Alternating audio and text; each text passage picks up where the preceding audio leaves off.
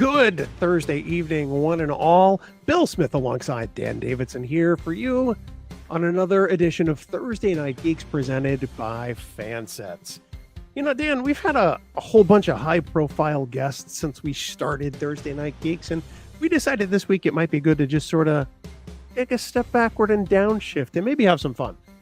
Scrape the bottom of the barrel and have just us. Well, every time you're on, yeah. Exactly. Yo, good to see you, man. Happy Thursday to you. Happy Thursday to all our wonderful viewers and listeners out there. Yeah, nice quiet Thursday Night Geeks, actually, which is not a bad thing.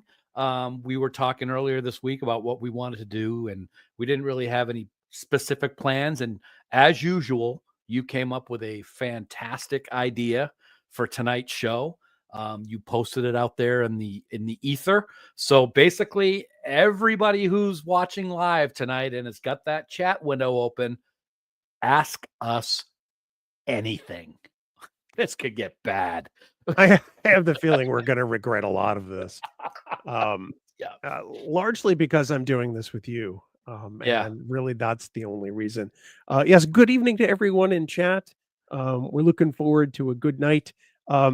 Dan, let's catch up a little this week. I am fresh off of what sure felt like food poisoning this week. So the fact that I'm here at all is just a miracle. Yeah. Yeah. So how are you? Good. It's funny. We talked earlier this week, and you had not been feeling great, and I have been very lethargic for the last week or so. I just haven't had a lot of energy. And we were actually talking about whether or not we were going to do a show tonight. I'm like, you know what? We got to do a show. It's Thursday night. We got to do Thursday Night Geek. Let's do it. Let's sit here. Let's ask us anything. Let's do it. But the energy level, it's just really, really hard to come by. I don't know if it's lack of sleep. I think I'm sleeping better because I finally got my CPAP machine. Yay. That's good. That's good. So I'm getting used to that. But I don't have that that I usually do. So yeah, I don't have that's scary. But I do have my drink. Well, hold on, let's make it official. Dan, yeah. What are you drinking? I went simple tonight. I actually ran to the store because I needed to get because last week I got the shit thrown all over me with Frakes and Billingsley. What the hell? I thought you were my friends. But this week it's just simply it's a cherry limeade flavored vodka, which is incredibly good. I'm sorry, I take it back. Wrong drink because I didn't have any of my thing to go with it. So perhaps you've had one too many. Yeah, exactly. Cranberry vodka with cranberry juice and a citrus cranberry seltzer. Nice and simple, cranberry flavored. But yeah, what I've been drinking is a cherry limeade vodka with like a cherry seltzer, and that is just very, very good, very refreshing. Oh, and of course it's coming up on warmer weather, so you're going to want to be refreshed. I of course am drinking natural refreshment. There you go, your natural high. So last night I decided to have a buzz box after dinner. Oh, okay. Huge mistake. I felt so horrible afterwards. Why? It's because you've been sick? Well, no, I think partly that. I think also partly because, when you're on the GLP-1s, you digest food differently. So, there's obviously not as much room in my stomach, or at least my body doesn't think there's as much room in my stomach. So I just felt, like, all night long. So this has given me some important intel for Vegas in August. Drink on an empty stomach. Okay. I like it. Okay. I think that's part of it. Yes, I think they are really high in sugar, Willow, or at least the mojito one that I had is higher in sugar, at least. So that certainly would have played a role in that. But you know what it reminds me of? Not sorry to interrupt you. Remember the night that we were in Vegas and we did the giant Ferris wheel, the Vegas Eye or whatever it's called, and we were in the bar car. They just pump drinks into you the entire time as fast as possible. And I think between you, Chris, and Mumph and I, we had like 30 drinks. And they were all rum and sugar, and I had the worst headache ever. Well, you've got 35 minutes to go around that full circle, that full transit. And it's all you can drink for the one price. So we decided to try to make the most of it. Now we Yeah. really sound like alcoholics, and that's really bad. Um, Yeah. well, we're on vacation when we go there, and it's Well, that is Vegas. true. So I And we only mean, did it that one time. that's Yep. true. And I think Right. that's largely because we stumbled out of there that other time. Um, I was only kidding, Ross. That was just a joke. Not going to drink on an empty stomach.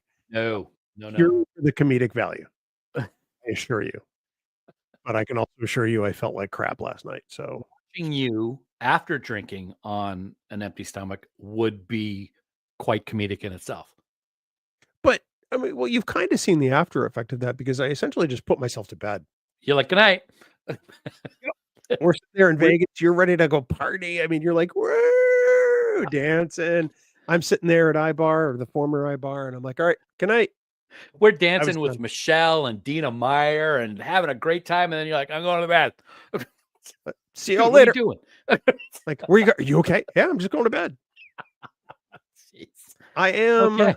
a creature of habit at the Mm, very least. mhm. Uh, Dan, speaking of habits, we typically have the habit of going to a little pre-roll video Yeah, before we kind of kick things off officially. So, I what like you it. say we do that probably right about now?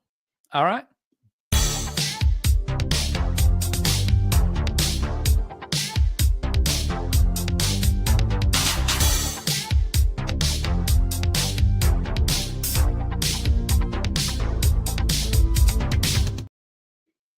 And we're back. Dan was just breakdancing during the break. You couldn't see it. It's a breakdance video, actually. Yeah. It really kind of sounds like one. Um, uh, Electric Boogaloo 2. Dan Davidson too. Oh no. Wow. The fact that there was a Okay. first Dan Davidson really is the problem. But Dan, it's Nope. ask us anything. There's only one. Um, what's that? There's only one. Oh, thank God. There's only one Dan Davidson. Yeah. I I guess if you've seen Multiplicity, you could see the argument is for why I wouldn't want more. So, but Dan, ask us anything. Yes. This is a topic we like to. I think the last time we did this was years ago, maybe Years. during the pandemic, Yep. when we were trying to just find ways to keep ourselves amused and keep everybody else amused. But it's everybody's opportunity to ask questions, including you and me. Right. We can ask questions of each other, and I'm actually going to start with one for Oh. you. Oh boy. This Here is we a bit of a thought exercise. So I could see where you would fail this right away. go. Um, Dan, you can spend an hour in the holodeck with any Star Trek character doing whatever you wanted.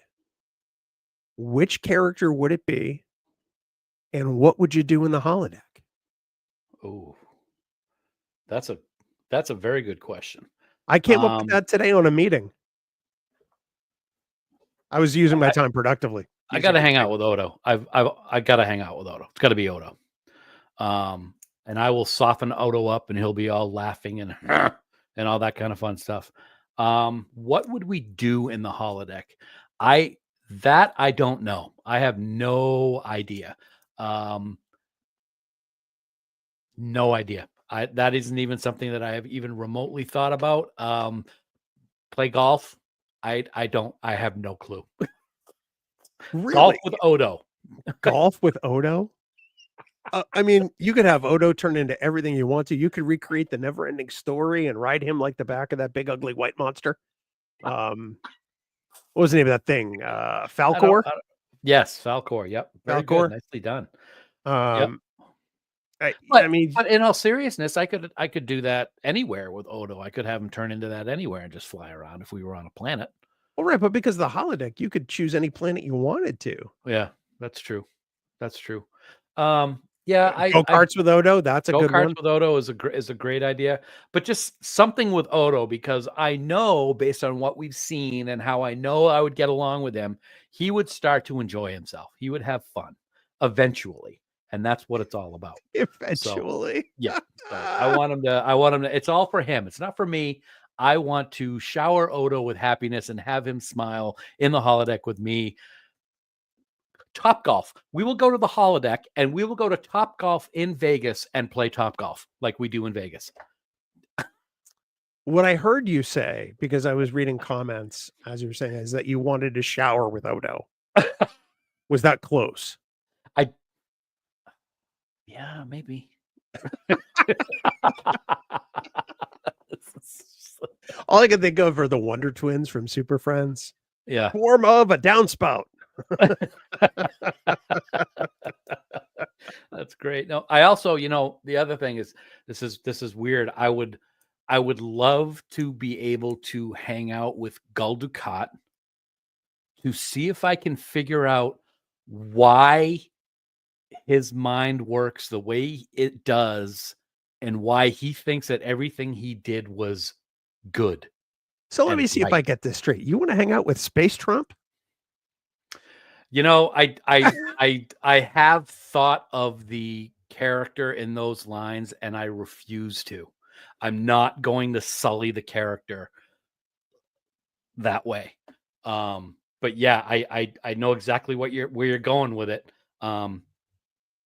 But yeah, I just love the character is so complex and so broken, but yet he thinks he is so right. And it just would be interesting to see how that brain works face to face. I don't know. It's kind of weird. You're a study of contrasts, Dan Davidson. Yeah, that's true. I think that's a good point. You really are. What about you? Who would you hang out with? You know what? I've thought about this too on that meeting that I was on that I didn't really need to be on. And I can first, let me tell you who I would not be on the holodeck with right away. Chakotay. Because he'd be mumbling the whole time going, Akuchi Moya. Travel for the lands of our fathers. Sounded like Batman. Wrong, Catherine. It's wrong, Catherine. I think what I would do is I would hang out with Will Riker. Because I imagine if you're going somewhere with Riker, he's going to be fun and he's going to be an instigator. He's going to get you to come out of your shell a little more. Yeah. Yeah. And I think what I do is create maybe something like the Royale to have fun with. Maybe something period specific. I mean, I'm not going to pick Ryza because I feel like, Will Riker probably has a frequent flyer members card there or something. He probably gets sweets for nothing. Of course, it's the future and the Federation has no money, so he gets it for nothing anyway. But I would say I would probably do something like that. Okay. Some place where you just get to cut loose and have fun. Away from, exploring things. That's kind of what I'm thinking. We would not invite Geordi. Yeah. Because Geordi's not about having fun. Okay. I just thought of one off the top of my head. I would go to the holodeck with Robin Leffler with the game device and be in there for hours.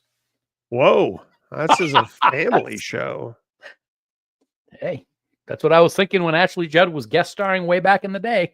I was not, because my sister was a Judd's fan and I already knew too much of Ashley Judd before okay. I ever saw that episode. I know nothing of her. God, Ashley Judd. Please. Now these Judds are, infiltrating my Star Trek. Sorry. So anyway, Dan, let's go to the first question posed to us, or one of the first, perhaps. Sure. And it's going to be from our good friend Helen. And Dan, what is the most embarrassing thing you've ever done? Aside, you cannot say this show. No, I wouldn't say the show. The most embarrassing thing I've ever done. I'm going to call it embarrassing. It was not embarrassing to me because it's just the way that I am. But for a lot of other people, being put in this position would be incredibly embarrassing for them. So it's kind of a cop-out answer, but at the same time, you'll understand it when I answer you. Years and years and years ago, we did one of our first family trips to Disney. We had everybody with us.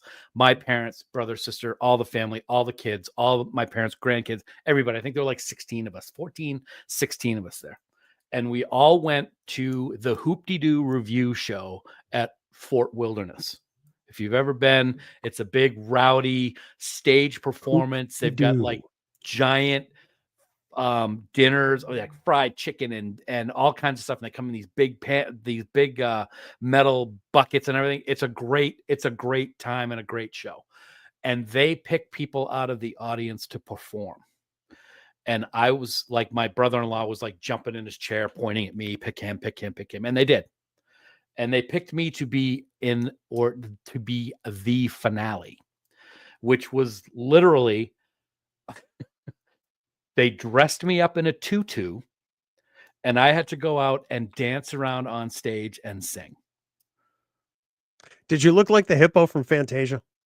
Probably a little bit. It wasn't probably, I probably wasn't at my biggest back then, but yeah, that was one. And on the same trip, the first night we were there, we were staying at Wilderness Lodge, actually, even though that the place that we had the Hoop-Dee-Doo review was at Fort Wilderness.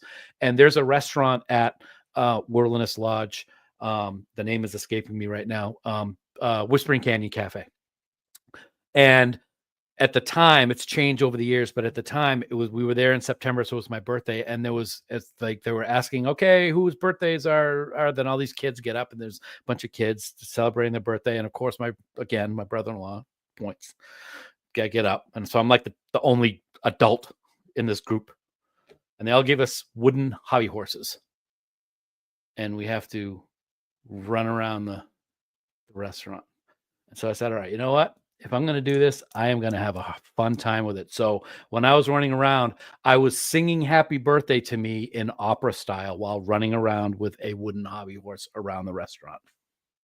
I wish there was video of this. I would kill for it. There was at one point, but I don't think we have the video anymore. Of course there was. Damn it.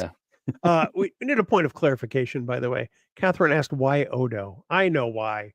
Not everyone knows why. So why did you pick Odo? Odo's my favorite character. I love Odo. I've always loved Odo. I've loved Renee's performance. And you know, we had a question before, who would you want to be friends with on Star Trek? And my answer was Odo, because he doesn't want to be friends with anybody, but I know that I can get to be friends with him. He's just the way he is and the way he acts. So that's why Odo. Yeah.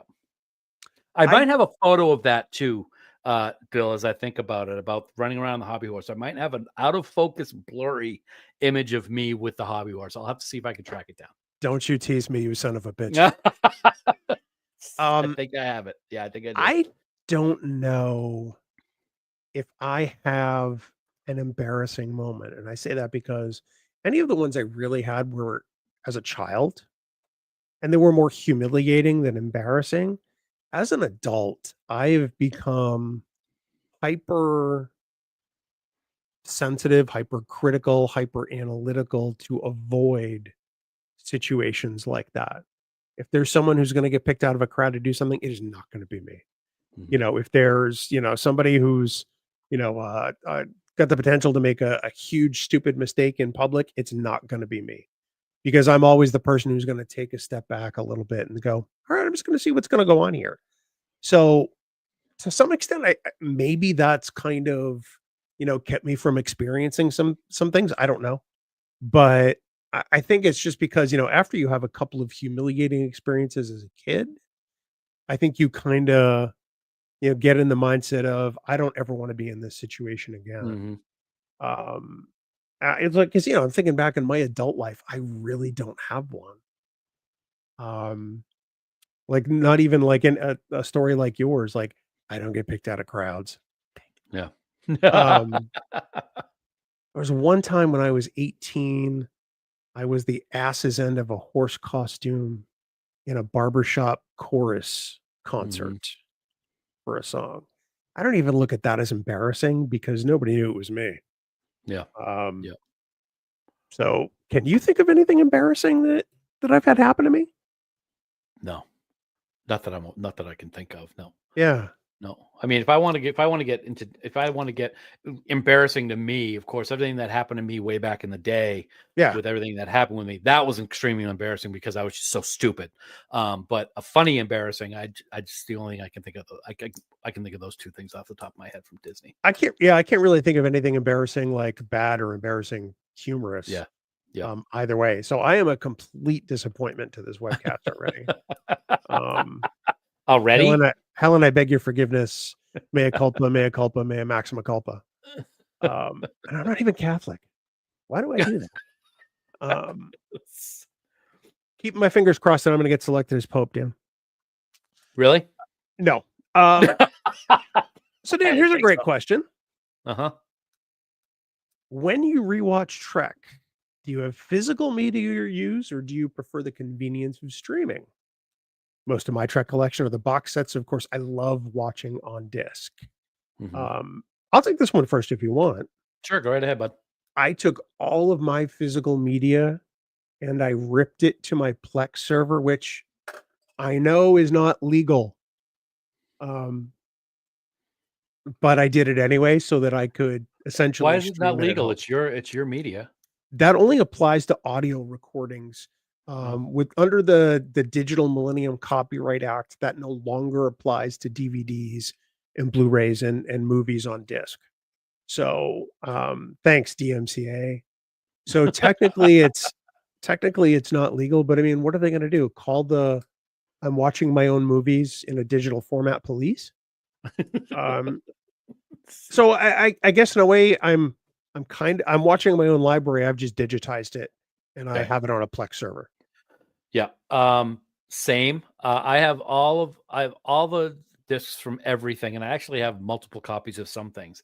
And what I did was I got some special DVD cases and had some special printouts made, and it causes all the spines together causes one big scene from TOS all the way through Enterprise. So all the spines have this big, awesome picture. And all the media's in those. So I don't touch that. That's all nice and up against the wall. I don't touch it. Everything's digital for me. It's all on my Plex server as well. So I don't even think I got a DVD player anymore that's hooked up anywhere.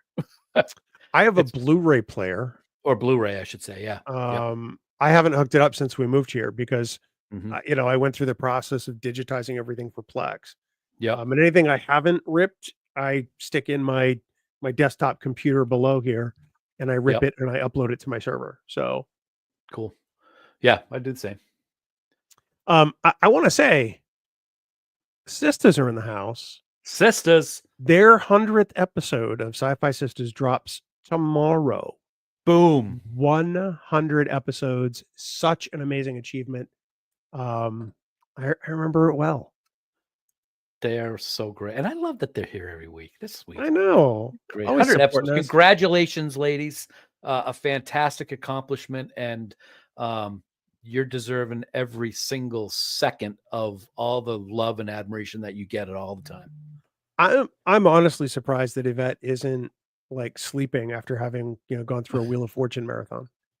Watch the comments going to come in. It's going to come in.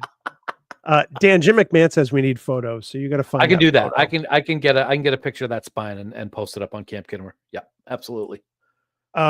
Jason asks us, of all the Star Trek actors you've met, which one is the actor that made you fanboy the most? Dan, what say you? Outwardly or inwardly, or does it matter? You can break it down if you want to. I've tried not to do anything outwardly for anyone that we've had on the show because it's just not really professional. So I don't, even though inside I might have been going nuts. Andrew Robinson was probably one that I was just like absolutely freaking out about.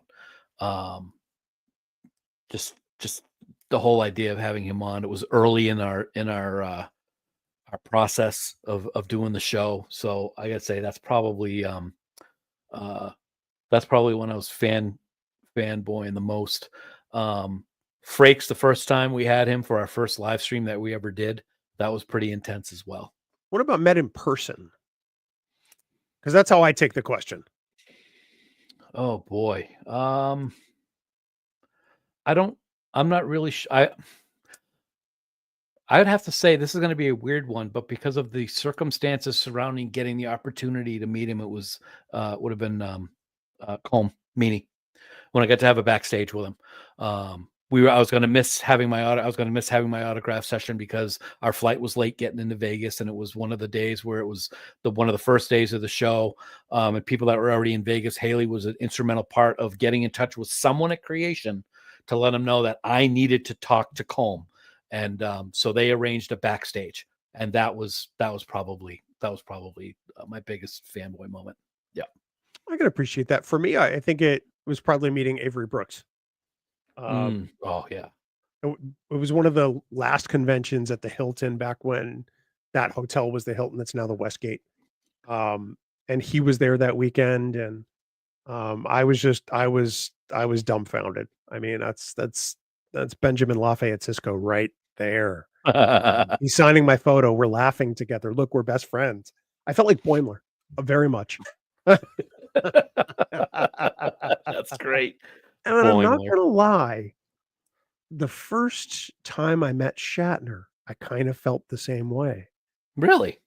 Yeah, because I mean, Captain Kirk is, as I've said many times, my boyhood hero, right? Mm-hmm. I mean, I grew up as you did watching Kirk and Spock and Bones, and I mean, that's Captain Kirk right there. Yeah. Very nice. All of Starfleet right there. I'm And gonna say no to him. plus he was wonderfully charming. He wasn't, the Shatner of old that people talk about, where he was, kind of a jerk. He was very nice, and I think that went a long way for that interaction. Yeah. So Yeah. definitely Avery Brooks. Close second would be Bill Shatner for sure. Cool. I like it. Those are good answers. Thank you, Dan. Willow, who, as you notice, there has Vegas as part of her name. Oh, look at that. Is there anything in Vegas that you want to do but haven't had the opportunity to yet? Well, I can't see Adele now, so I guess that's off the table. She may come back. You never know. Yeah. Off the top of my head right now, as we're talking right now, Willow, I would have to say no, because I did the one thing that I've always wanted to do a couple of years ago, and that's see the Michael Jackson Cirque du Soleil show one, which was everything I ever wanted to see in a show. So that's going to hold me over for quite a while, I think. It changes for me almost every trip, because I mean, I've been going to Vegas now for almost 25 years. I went the first time in 2002. And I've gone at least twice a year since. Mm-hmm. Please don't do the math. And there's some years I went more, there were some years I went once. So let's call it 50 times. Okay. We'll average it. And so, I mean, I've done a bunch of the things that I've always wanted to do, but I feel like that goalpost keeps moving. Mm-hmm. There are some experiences I feel like I'm never gonna have in Vegas, because they involve, like, those rides at the top of the stratosphere. Yeah. No, thank you. No way. The more I go, the more I really want outstanding dining experiences and great shows.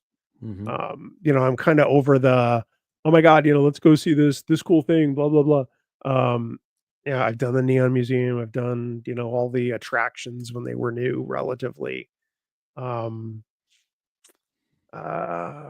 might be talked into like driving heavy equipment. That could be cool. Not really into firing machine guns. Yeah. Area 15 I probably would check out, because that looks, I follow that on the grams. What is that? We've talked about it the last couple of times. It's this gigantic area. We looked at having the Trek Geeks party there one year, but they wanted an ungodly amount of money. Oh, okay. I was thinking it's like Area 15. Is that anything like Area 51? Yeah. Okay. Now I know what it is. Yeah. Yep. But that looks insanely cool. There's also now like you can't go 150 feet without hitting a speakeasy in Vegas now. So I want to be able to check out some of those. We haven't done this. It's not a big thing, but I know that there's this one bar that makes gigantic martinis of like candy themes. Like they're like this big. They're like gigantic. We looked at it. They're like $40 a drink or something like that. They're Yeah. ridiculous price. That would be fun. I It's on, wouldn't mind that. we'll Yep. go. It's on the link. Yeah. I know exactly where it is. It's upstairs at the candy Yeah. shop next door to the Flamingo. That'd be kind of cool. Yeah, but I don't know if anything's gonna top one. I mean, you remember what happened. That's usually the night that we all go out to dinner. I Right. said, you know what? I got to do this. It's been something I've wanted to do for years. I went by myself. I sat down, and I was right at the end of a row, so it was just me. And then a family came in right next to me, and they were from out of the country. And the lady turned and said, "You're here alone?" I said, "Well, I'm here at this show alone, but my friends are having dinner. I wanted to come see this." And I said, "I'm going to apologize up front to her." I said, "Michael Jackson was extremely important to me as a young man, and I have wanted to see the show, and I'm going to be a mess." And I was an emotional wreck that night. It was crazy. So yeah, it was great. It was fun. I did apologize to the lady when the show ended, but I don't know if anything can top that. I really don't. Cassandra, it can. I mean, there's a Rat Pack tribute, but I mean, I think a lot of it is I think a lot of it is advanced past that. But there's still plenty of ways to have fun in Vegas, but it's not as prevalent as it once was even 10 years ago. Mm-hmm. Oh, and Willow agrees. There you So go. She's I'm in good company, isn't she? Yeah, yeah. Well, but the thing is, she actually knows what she's talking about. Yes, she does, and we don't know anything. Yeah. So Dan, one more before we get to spots, and then we'll come back and we'll do some more questions. And this one is, I usually dodge this question. Oh boy, here we go. But we're both going to answer it tonight. Oh, great! I'm committing you to it right now. Okay. Paramount hands you the keys to the kingdom. You are both co-CEO now. What's the first Trek-related change you make on day one? Okay. Me first or you first? Go ahead. I've mentally flipped a coin in my head. I'm going first. Yeah. I'm going to assume my answer cannot be fired down. Because that would be the best thing for the franchise. I think everyone can agree on that. I'm going to say I would greenlight Star Trek Legacy in a heartbeat. I would give it a minimum 13 episode season. And I would pay Jerry Ryan whatever the hell she wanted. Because she's key to that whole thing, both her and Michelle Hurd. I would try as much as possible to bring back all of the Titan/Enterprise crew that were in season 3 of Star Trek Picard. But I absolutely would make that happen. After I, do a little dance that I'm now in charge of Star Trek. So Dan, now that I've stolen your thunder, because clearly you're pouting over there. I am. So you can now pick something else. Okay. We've already done the first one together. First, okay, yep. So yeah, my first thing would be to get rid of who's running Star Trek right now. I've kind of had it. We talked about that a couple weeks ago. Yeah, we did. We get some new people. Terry would be a perfect person to be run it. Legacy in a heartbeat, like you said. I would renew Lower Decks for several more seasons. I would renew Prodigy. I would greenlight some return to Deep Space Nine in some way, shape, or form, whether it's with old characters, new characters, whatever. And I would seriously look at trying to make a new movie out of either the book Imzadi by Peter David or Soldiers of Empire by David Mack. Both of them would be quite a task.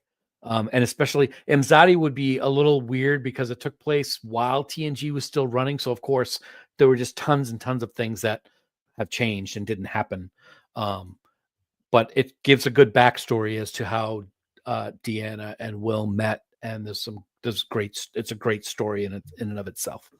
So yeah, but I think both of us easily. Legacy is it was just like that easy. I think the other thing I'd do is I'd create a brand new series set sometime, post TNG with a brand new crew and a brand new ship, because that's what fandom has wanted ever Right. since Discovery was successful. Yep. I think we've had enough prequels. Yep. What we've had, And isn't that go everything ahead. that has been released, with the exception of, Lower Decks is a bit of a prequel in a way to current day Picard, but everything other than Picard under the Kurtzman watch has essentially been a prequel.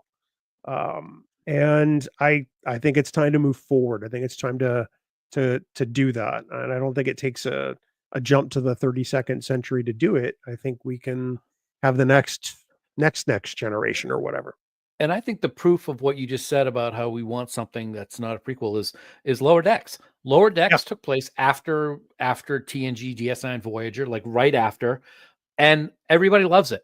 yeah. There's no having to worry about stuff, and it was great that it was animation. They got to throw in their Easter eggs and got to do all the things they wanted to do. Yes, having a show in that time frame, so you don't have to worry about retcon or any of that stuff.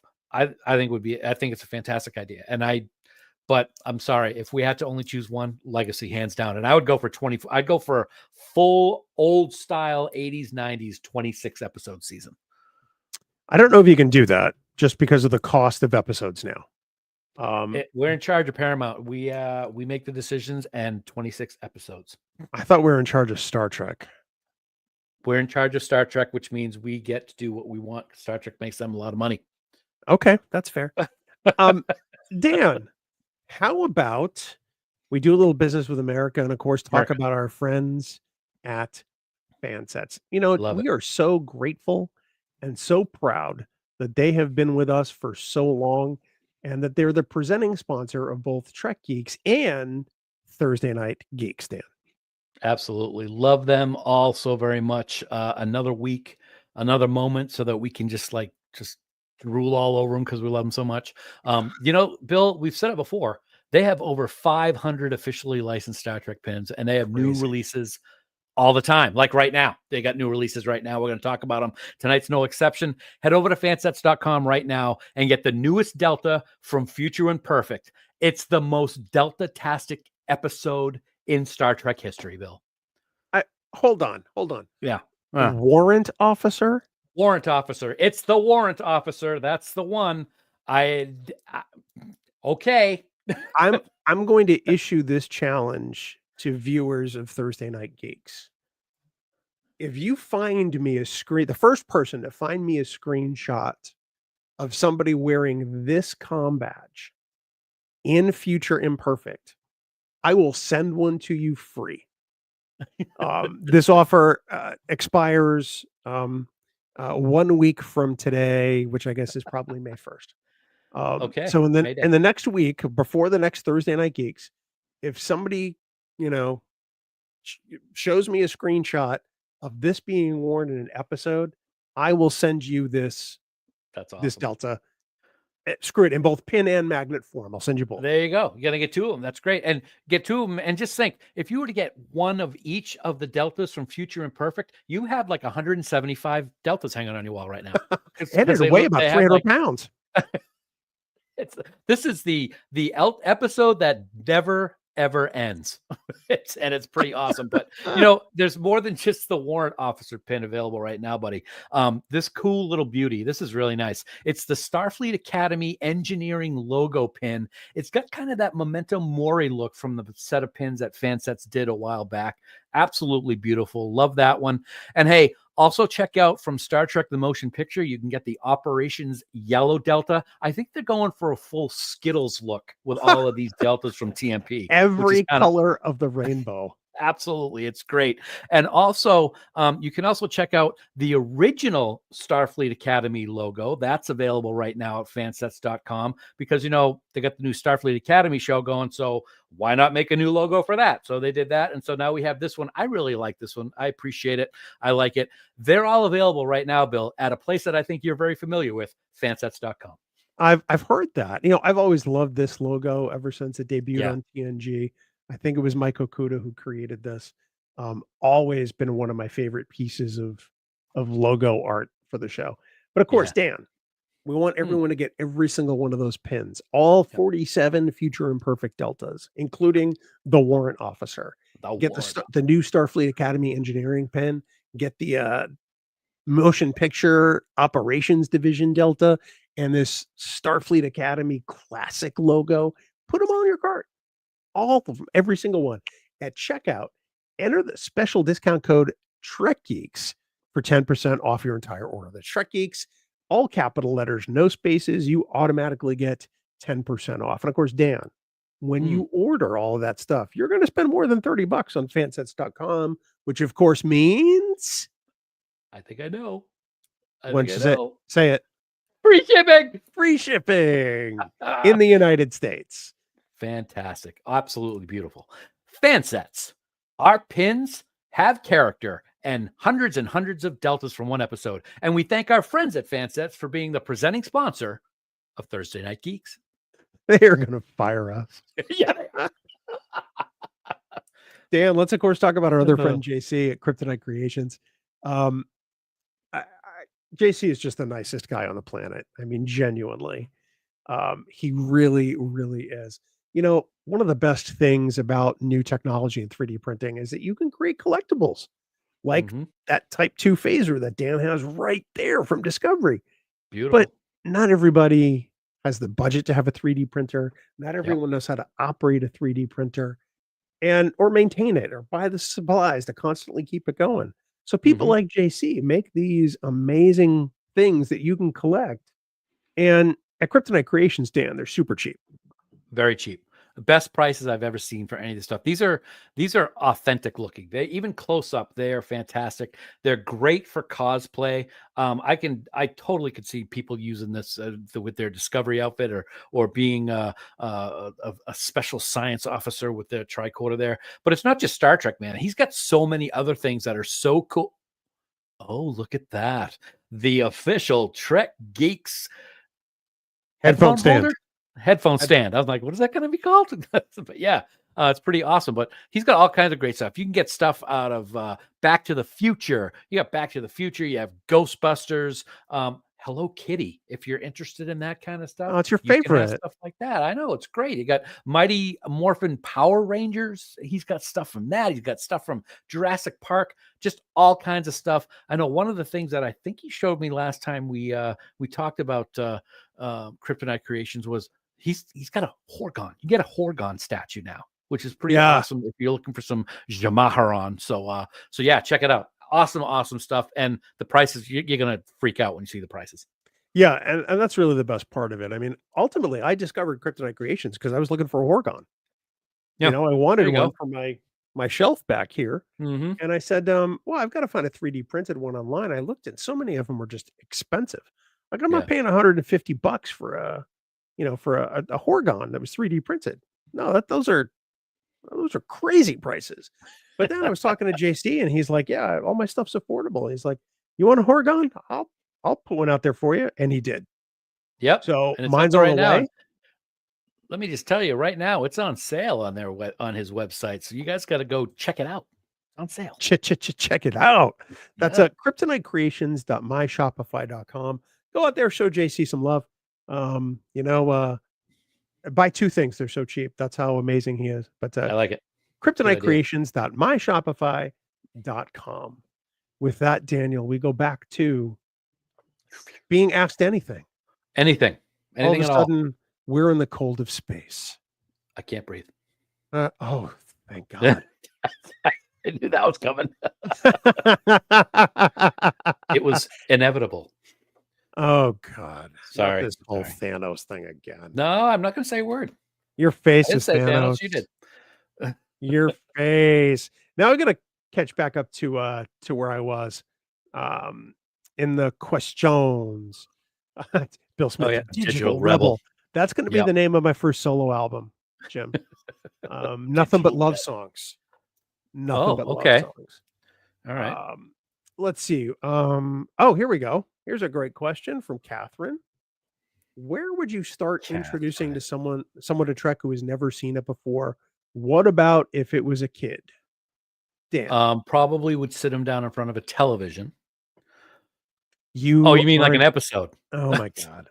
I can give her a hard time.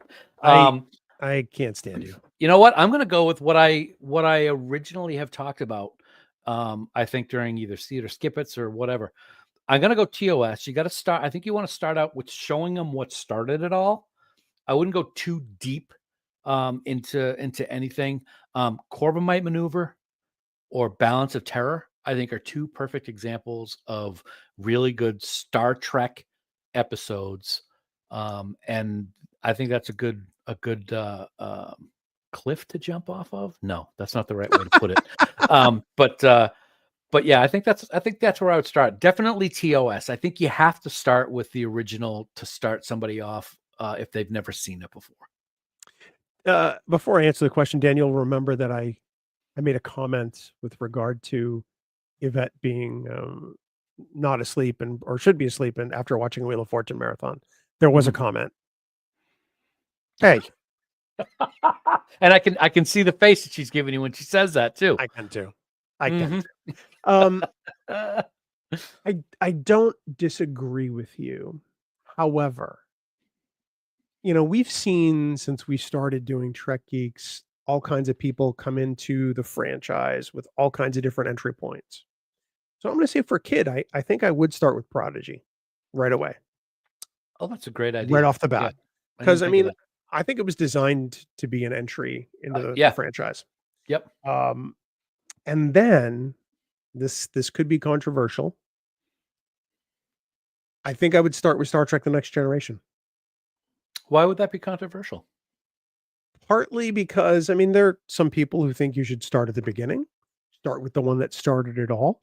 But I think that TNG does a better job of advancing the ideals of Star Trek sometimes. Whereas in the 60s, it was more about, action. You got to make sure Kirk gets the girl or is in the fight or, has the word salad versus the computer and makes it self-destruct. I think TNG was a little more thoughtful in the way it approached the Prime Directive at times, or the difficulties and the nuances of exploring space. So I almost think I would start with The Next Generation. Plus, it doesn't look like they're using styrofoam rocks and plywood for sets. Right. I don't think that that's a controversial way to go. I part of the reason I picked TOS is because as what you said, start with where it started. But in some ways, this could be a controversial statement when I say this, but in a lot of ways, I think The Next Generation universally may be the most popular series that Star Trek has ever had.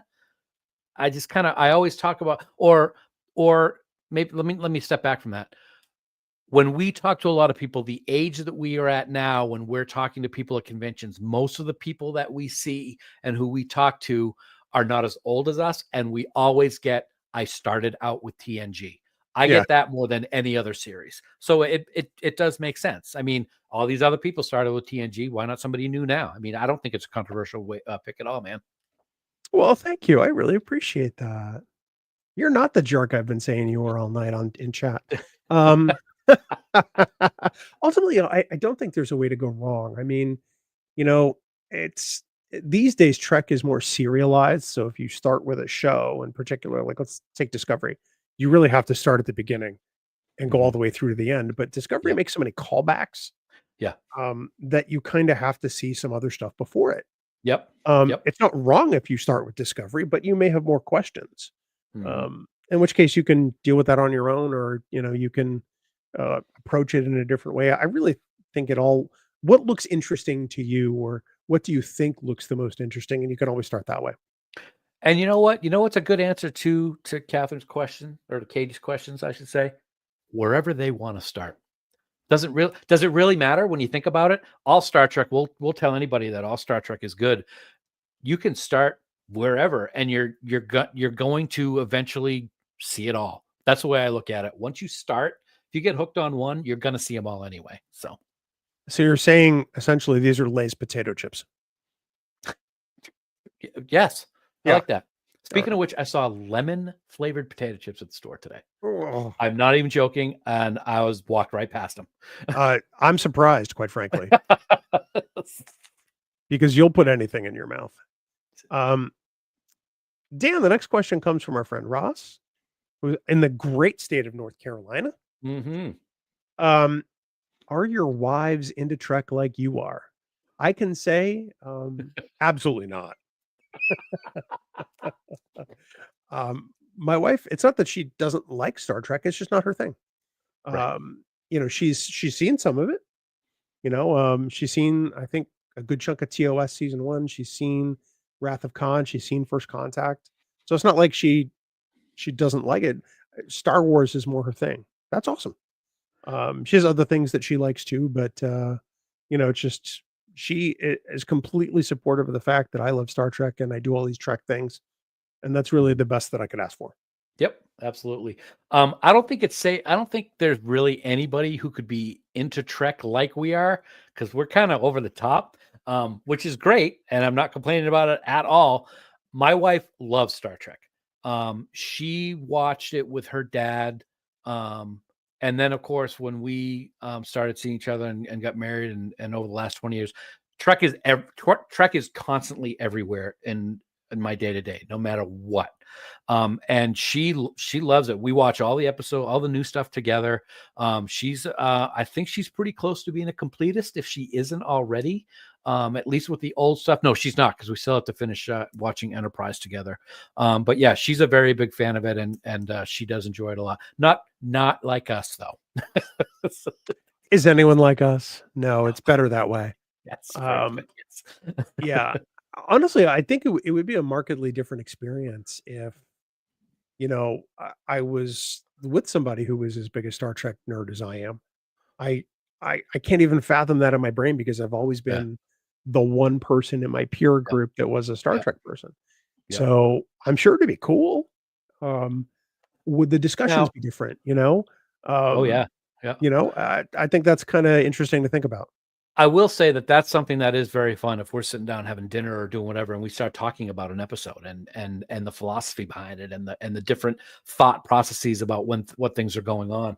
I will say we did have the amazing opportunity to have both of our wives on one of our episodes of Trek Geeks, to talk about Miri, and I think that they have gotten more popularity thumbs up in that one episode than we have at 10 years of doing the podcast. So yeah, that I said to Sue, I said, we gotta get you back on, hon. She's like, no. She's like, no. Uh-uh. So for those of So you who may not have heard that episode, it's an early episode. it We is. did the Yeah. commentary track for Miri, but it was preceded by the reactions of our wives having watched Miri, probably after a couple of drinks. So funny too. Um, and after we got the reaction to that, I kind of had the idea it would be great to have them just watch Star Trek and drink wine and light up the show, right? And I called the concept deep space wine, which I thought was great. And neither Sue nor Kelly wanted to do it. Totally get that. But then Sarah came to Yep. me and pitched a very similar idea, which became Rewind. So Yep. we kind of made it just a little adjustment on it, and that's how Rewind was born. So And Rewind was so great. Miss yeah, Rewind. Yeah. yeah, Yeah. miss both Sarah and Haley. So Both of them. Yep. um, Both of them. Yeah. so Dan, next question: Yes. Next question. Okay. what happened to Star Trek Day? There was like two where they had big shindig that was streamed. Do you think they should bring those back or waste of money and resources? What do you think, Dan? What happened to Star Trek Day?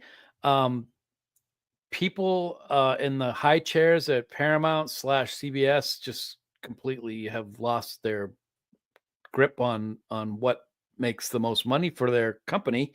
And they seem to have forgotten to give any love to said day. Um, they were big shindigs. They had stuff coming out at the time. I I would say that right now, I really don't think they need to bring them back. I don't think we're in a position in the Star Trek universe right now where there would be any justification for doing it and having that money spent for something. Um, so they were they were good, they were fun, but I I don't see them coming back. I don't either. And I think that as soon as Paramount went through its upheaval, it was never going to come back again. Yeah.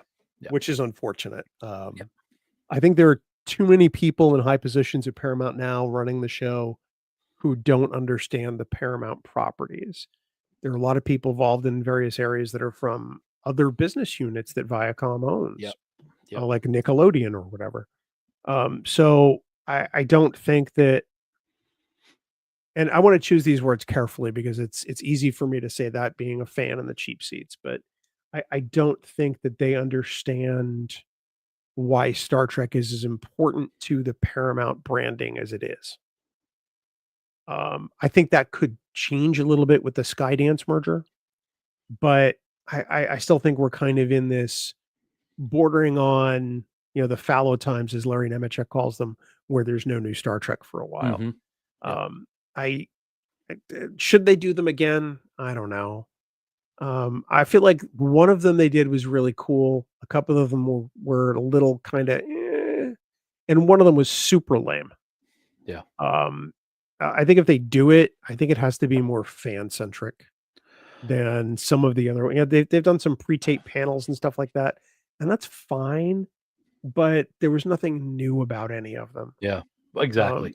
I got to say the other thing that is a problem with these, and it's unfortunate, is, and you do have only a certain amount of money that you're going to be able to spend, whether it be for marketing or advertising or putting on the show or whatever. We saw it each time. No matter what you do, something is not represented, whether it's on the banners or it's in the different discussions that are had. And somebody always gets pissed that, oh, they didn't have so-and-so on the banner, or this show wasn't talked about. I mean, we've talked about it. There's always going to be people that no matter what happens, there's people that are going to be upset and be pissed and complain. That's something I don't miss, not having Star Trek days, as we don't have to listen to that part of it. But I agree. If they were to come back, oh, great. If they don't, okay. It's not a big deal. I like it when fandom does something that grabs on. Yes. This past First Contact Day, we did Trek Talks, which I thought was great.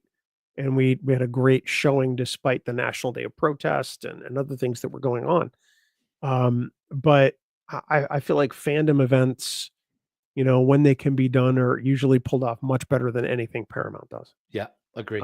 Agreed. Yep. A little comment here. Ryan thinks that my wife would probably like Trek more if I let her watch Generations. Ryan, first, you're fired. Second, my wife is a Boston girl.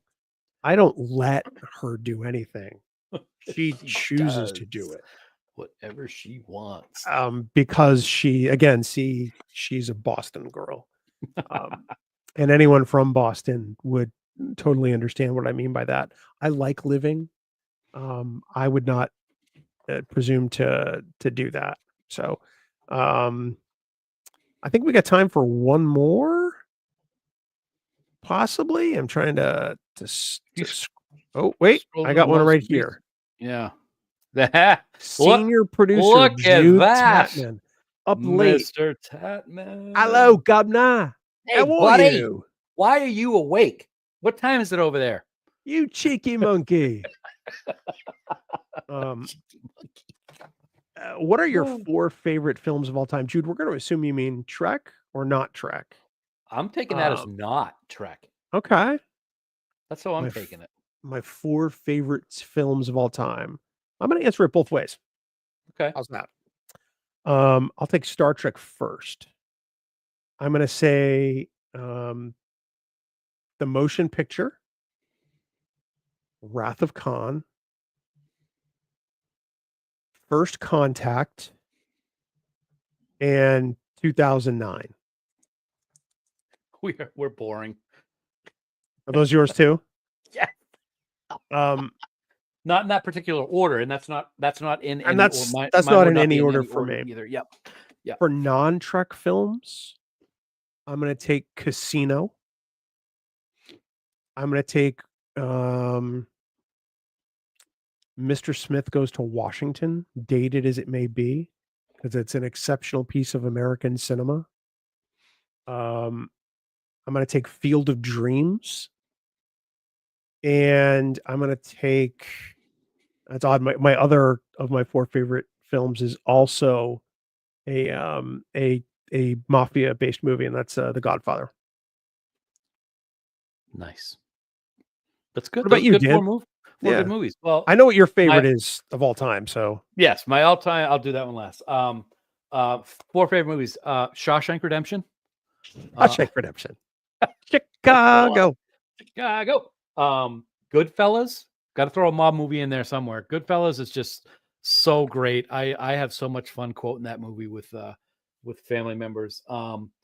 Patton is one of my all-time favorites. Oh yeah, It yeah. took That's me a a great while one. to get into that, but my dad taught me a lot about him because my dad was a big World War II buff.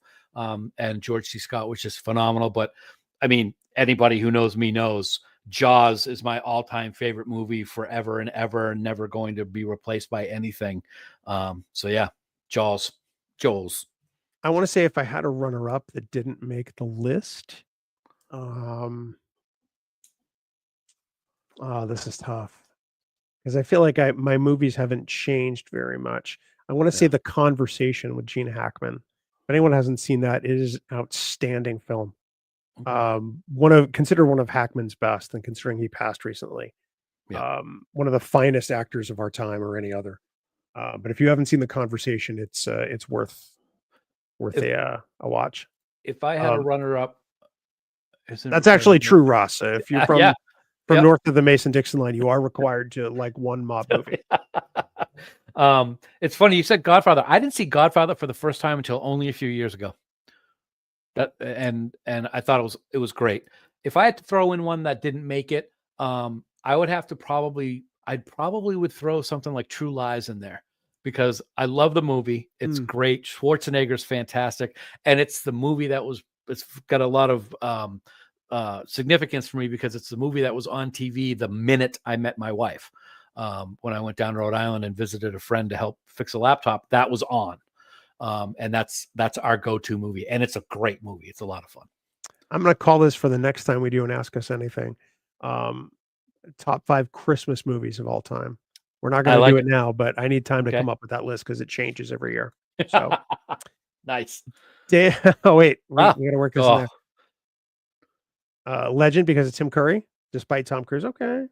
Get to the chopper. Get to the chopper. Everybody go watch Legend, not because of Tim Curry, or maybe because of him. I didn't read the whole thing. Not because of Tom Cruise. Get down. We actually just bought a riding lawnmower, a John Deere. My wife has named it Chopper after the Star Wars droid from Rebels. You're gonna love it. If you haven't been on it yet, I used to have a riding lawnmower, and they're wonderful. Yeah. Dan, that's going to do it for Ask Us Anything. Thank you to everybody who participated tonight. Thank you for being with us. As always, we are so grateful to have everybody here. It's a great crew that we're developing here on Thursday Night Geeks, and we hope you'll be back with us next week when we have no idea what the hell we're doing. Gotta do something. I don't know. Something. We got to do something. May 1st, we'll do something special. So sounds good. That's Thursday Night Geeks for this week. Dan, have a great weekend, buddy. You too, man. We will see you soon. Everyone, thanks for joining us. It's always a great time, and we'll see you next week. Live long and prosper.